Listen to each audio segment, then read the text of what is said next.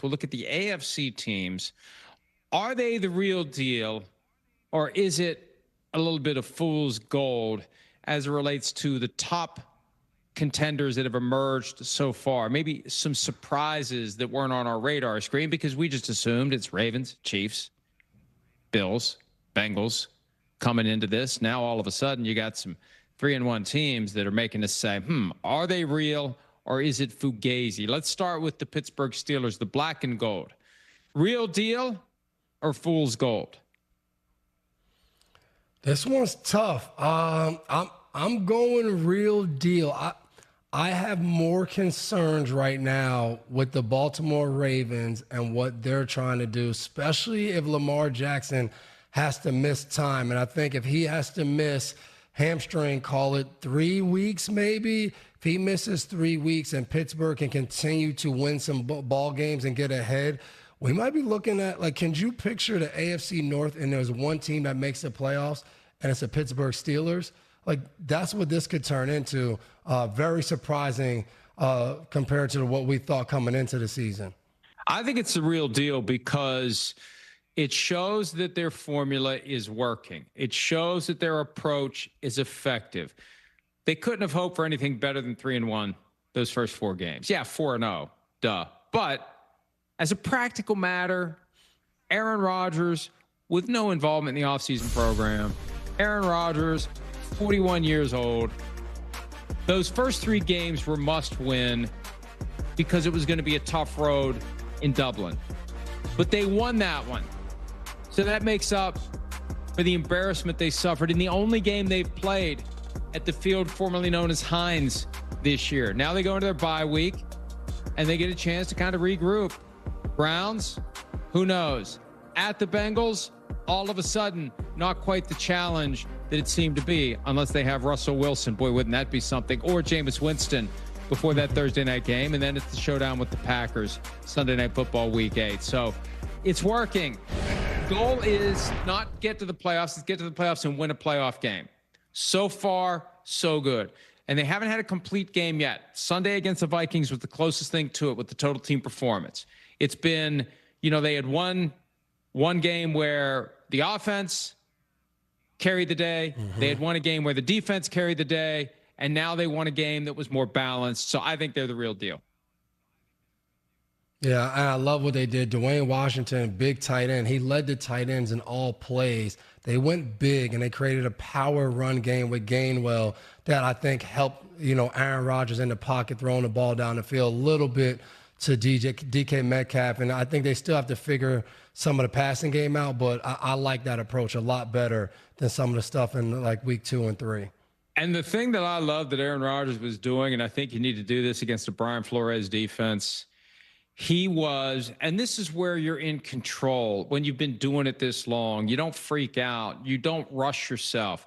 You take full advantage of the play clock, Devin, and you smoke out their final adjustments before you snap the ball. And it's some little thing like that that just helps you kind of get a guess of what the defense is really going to be, because Flores likes to show you and show you and show you, and then boom, it's something else. And he tried to bait them into declaring their hand, and he took it all the way down. There were so many plays they took it down to 1 second before Rodgers snapped the ball. So it's working. It's working. They're the real deal. Colts, 3-1. Real deal, fool's gold.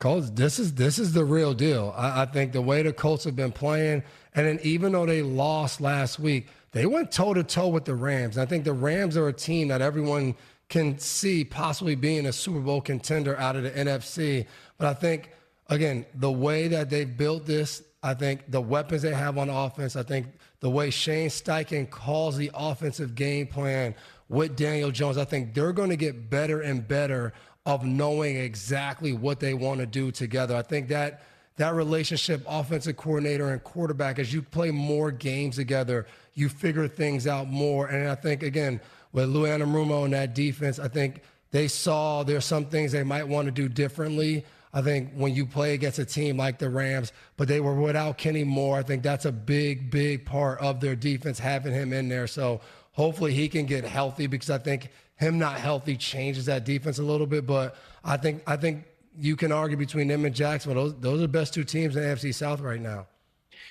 Hey, I think they're the real deal.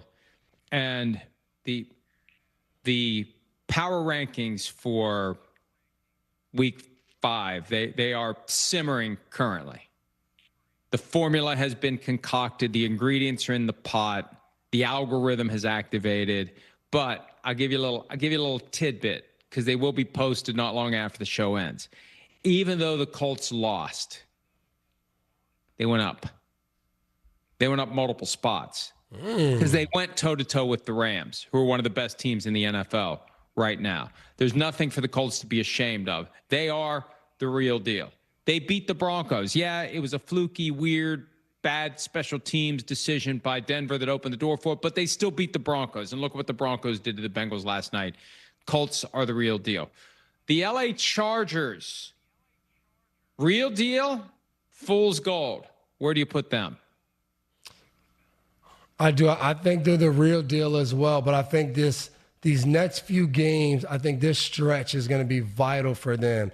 How long is Joe Alt out? Is Mekhi Becton coming back? I think they have to get through these next few games, as you see there, Washington, Miami, Colts, Minnesota, like however long it takes for this offensive line to get back together so they can really, I think, kind of turn the corner on the run game. I think Amarion Hampton having the game he had, I know even though they lost to the Giants, I think that might open up some things. But I think the key is this offensive line being healthy. And I think if they can get healthy, I think the Chargers and I think Justin Herbert, I think this is the year they kind of turn the corner and not just like, oh, yeah, they're good. I think they turn the corner and they create and they can become some kind of problem in the AFC. Yeah, this is one where they were the real deal before Sunday, but how can you go in and lose to a winless Giants team with a rookie quarterback and not have people say, was it really fool's gold? What do they really have here? And the injuries have reached a critical mass on the offensive line. I was disappointed with the Chargers on Sunday because Jackson Dart or not, they should have won that game. Chargers should have won that game. Chargers were 4-0 against rookie quarterbacks last year. They have looked better. They have looked different. And now all of a sudden, in one afternoon, they didn't. So it's kind of like I think they're the real deal, but I'm really looking closely to see if it's all one big ruse. That's how I feel about the Chargers right now. Sometimes let's move on. You need those games sometimes. Well, yeah, you're not going to go 17-0. Let's see how they respond to this. How about that? If they respond to this the right way, then they're the real deal. Fair? I like that. Yeah, I like that.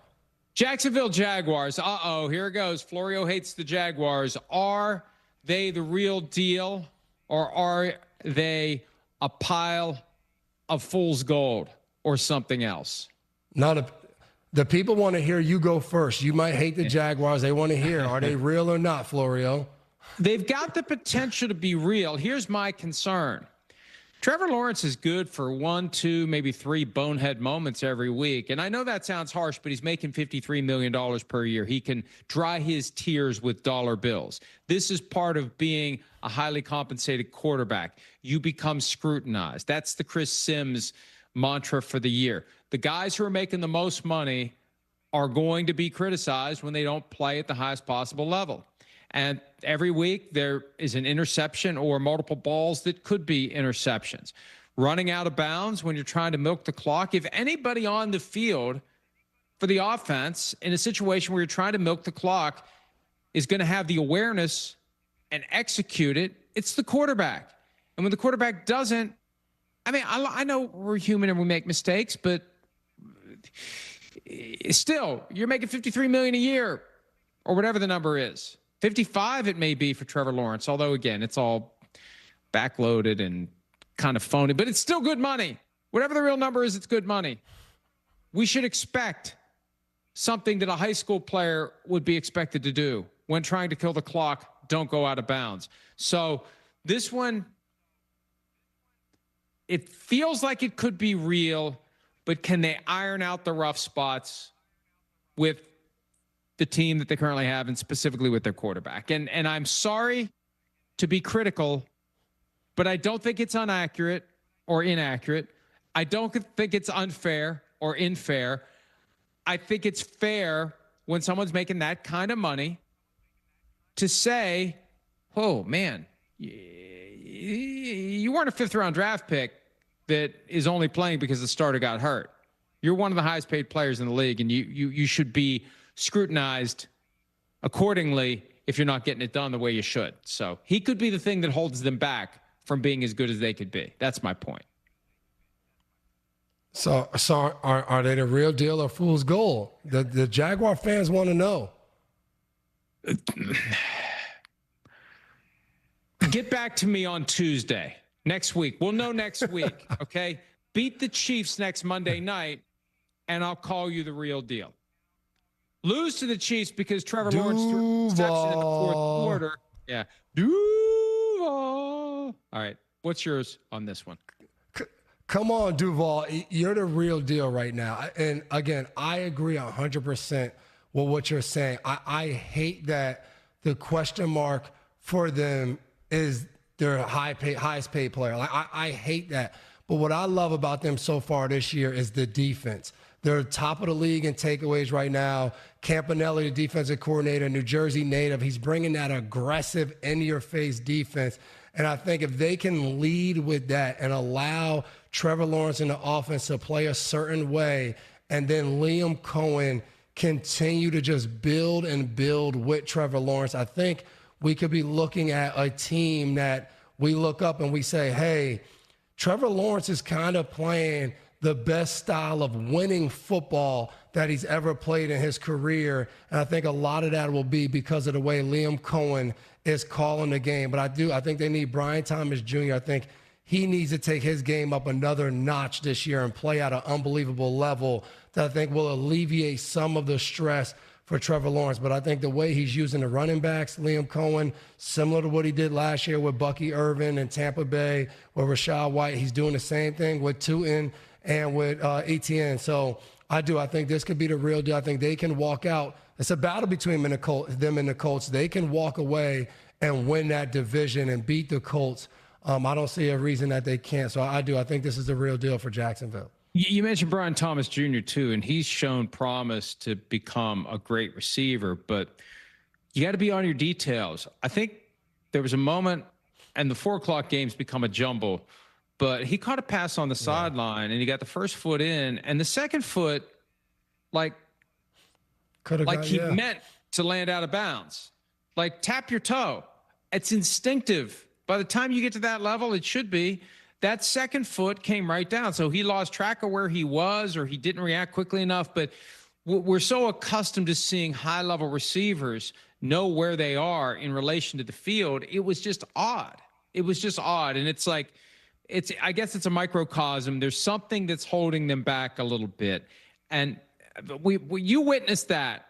They were up 10 points in New England in the AFC Championship 2017.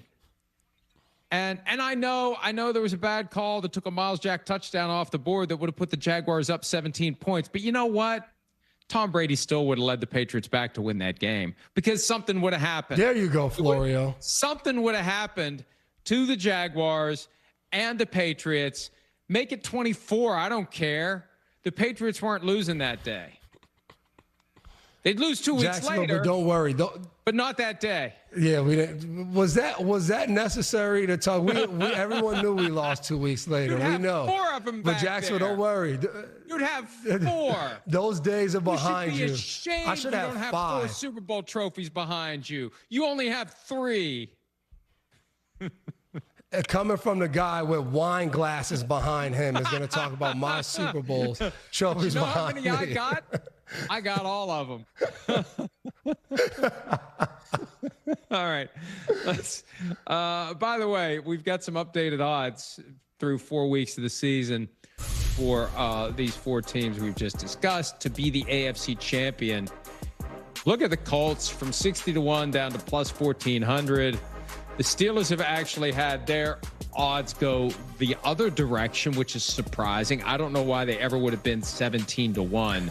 The Chargers are the the best among the four, and they're the ones that I think we have the greatest hesitation about. I think mainly because of the injuries and because they lost most recently to the Giants.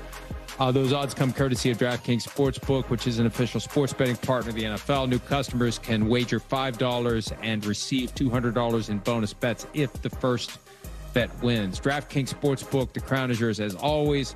Please bet responsibly and only with money that you can afford to lose, because if you listen to morons like me, there is a very good chance you shall. Hi, it's Mike Florio. Thanks for watching PFT on YouTube. Hit subscribe for the latest news and analysis from Pro Football Talk.